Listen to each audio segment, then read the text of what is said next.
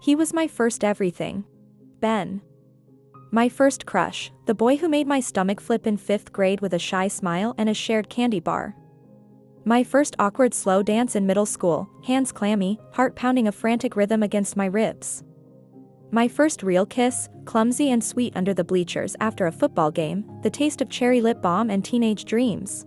My first boyfriend, the one who held my hand through high school hallways, the one I pictured a lifetime with, even back then, with the naive certainty of youth. And then, he became my first love. A love that bloomed slowly, from friendship to something deeper, something anchoring. He was the steady harbor in the tumultuous sea of adolescence, the one constant in a world of change. He was home. So, naturally, he became my husband. It felt inevitable, like the next logical step in our story, a story I believed was a fairy tale in the making. I poured myself into making our life together perfect, a testament to that first, enduring love. I wanted to be the wife he deserved, the wife he dreamed of. I cooked his favorite meals, the aroma of garlic and rosemary filling our small apartment, a fragrant offering of my affection. I ironed his shirts meticulously, smoothing out every wrinkle, a symbolic gesture of wanting everything to be just right for him, for us. I planned romantic evenings, candles flickering, soft music playing, whispering promises of forever in the dimly lit room. I listened intently to his day, to his triumphs and frustrations, offering a comforting ear, a supportive word, always striving to be his safe space, his confidant, his unwavering cheerleader. I anticipated his needs, sometimes before he even voiced them, a silent language of love spoken in small gestures, a warm cup of coffee in the morning, a cool glass of water after a long day, a gentle massage to ease the tension in his shoulders. I reveled in being Mrs. Ben Thompson. The sound of it on my lips was music, a melody of commitment and belonging. I cherished every moment, every shared glance, every inside joke, every quiet evening spent curled up on the couch, lost in each other's company. I believed in us, in the strength of our bond, in the promise of forever we had whispered to each other under a star-dusted sky years ago. I believed in the fairy tale. But fairy tales, I was soon to learn, are stories told to children. Real life, with its sharp edges and unexpected turns, is far more complex, far less forgiving. The first crack appeared subtly, almost imperceptibly, like a hairline fracture in a porcelain vase. Late nights at the office, he explained, deadlines looming, pressure mounting. I understood. I supported him, packed him late-night dinners, sent encouraging texts, waited up for him, even when sleep tugged at my eyelids. But the late nights became more frequent, the explanations less detailed, the kisses upon his return perfunctory, almost absent-minded. The spark, the vibrant flame that had once burned so brightly between us, began to flicker, threatened by a chilling draft of distance. Then came the phone calls.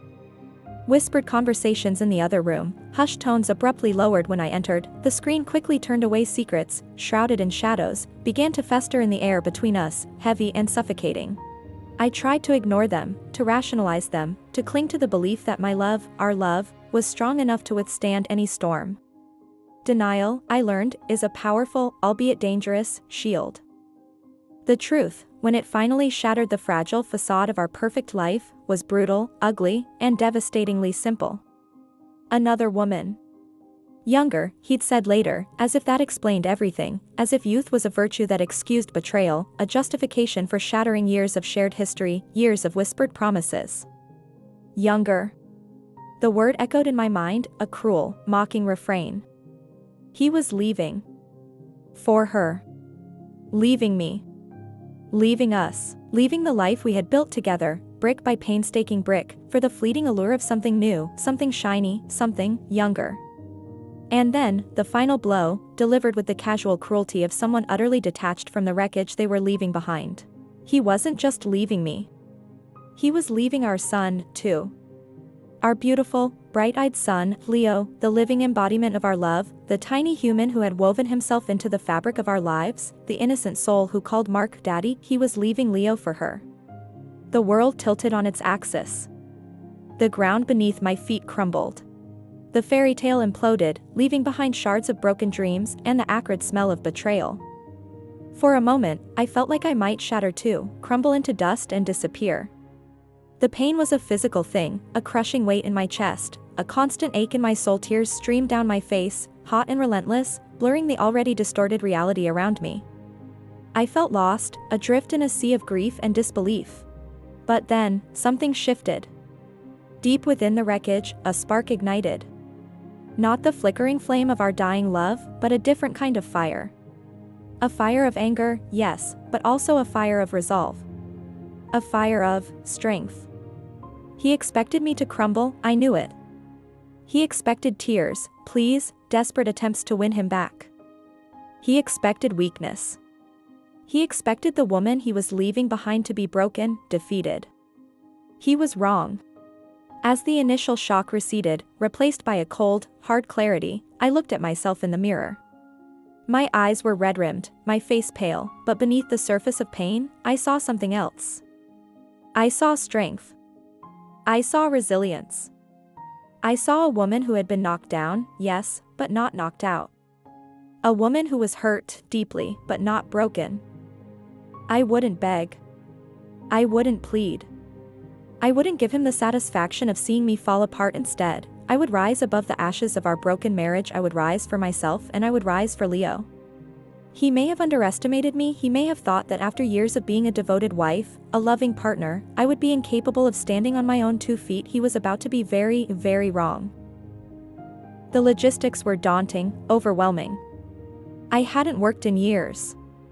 My resume was a gaping hole of domesticity.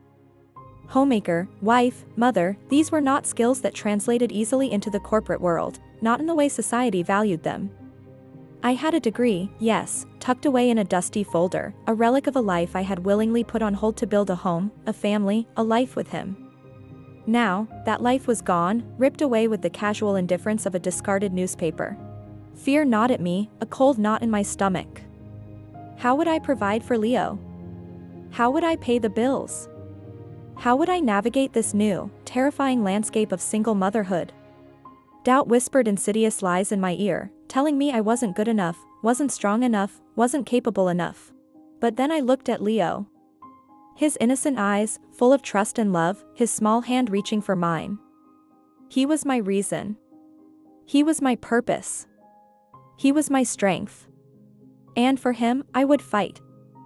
I would fight harder than I had ever fought for anything in my life. I started small, sending out resumes, dozens, then hundreds, into the digital void. Rejection after rejection piled up, each email a tiny sting, a confirmation of my fears. Lack of recent experience, not the right fit, we've decided to move forward with other candidates. The polite corporate jargon for, you're not good enough. But with each rejection, something hardened within me. The initial fear began to morph into defiance. They didn't think I was good enough? I would show them. I would prove them wrong. I networked. I reached out to old college friends, to distant acquaintances, to anyone and everyone I knew. I explained my situation, not with self-pity, but with a quiet determination. I highlighted my skills of organization, communication, problem-solving, skills honed in the demanding arena of motherhood and homemaking, skills that were transferable, valuable, if only someone would see them. And someone did. A former classmate, now a manager at a small marketing firm, remembered me, remembered my sharp mind, my work ethic from college. She offered me an interview. I walked into that interview with my head held high, not as a supplicant, begging for a chance, but as a woman ready to work, ready to contribute, ready to rebuild her life. I didn't downplay my years away from the workforce, but I reframed them. I spoke of the skills I had gained, the resilience I had developed, the unwavering dedication I possessed. I spoke with confidence, with passion, with the fire that had been ignited in the ashes of my broken marriage. I got the job. It wasn't glamorous.